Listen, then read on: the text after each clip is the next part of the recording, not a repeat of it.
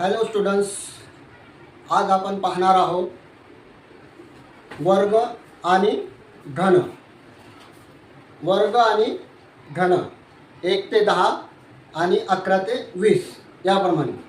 आता आपल्याला या ठिकाणी 1 ते 10 संख्या दिलेल्या आहेत आणि त्यांचा हा वर्ग म्हणजे स्क्वेअर, हा घन म्हणजे क्यूब, 1 चा वर्ग 1 आणि 1 चा घन म्हणजे 1 चा क्यूब 1.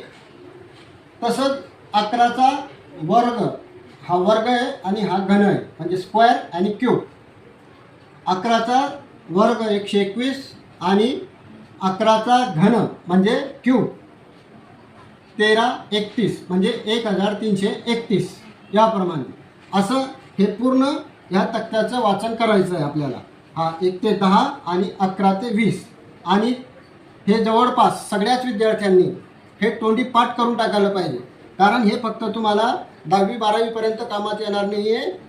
तर तुम्हाला जोपर्यंत तुम्ही शिक्षण घेणार आणि शिक्षणाव्यतिरिक्तसुद्धा तुम्हाला हे वर्ग आणि घन आणि त्याचाच घनमूळ म्हणजे 8चा घनमूळ 2, तसंच 12चा घन 1728 आणि त्याचा घनमूळ 12 याप्रमाणे या तक्त्याचं आपल्याला वाचन करून पाठ करून घ्यायचे.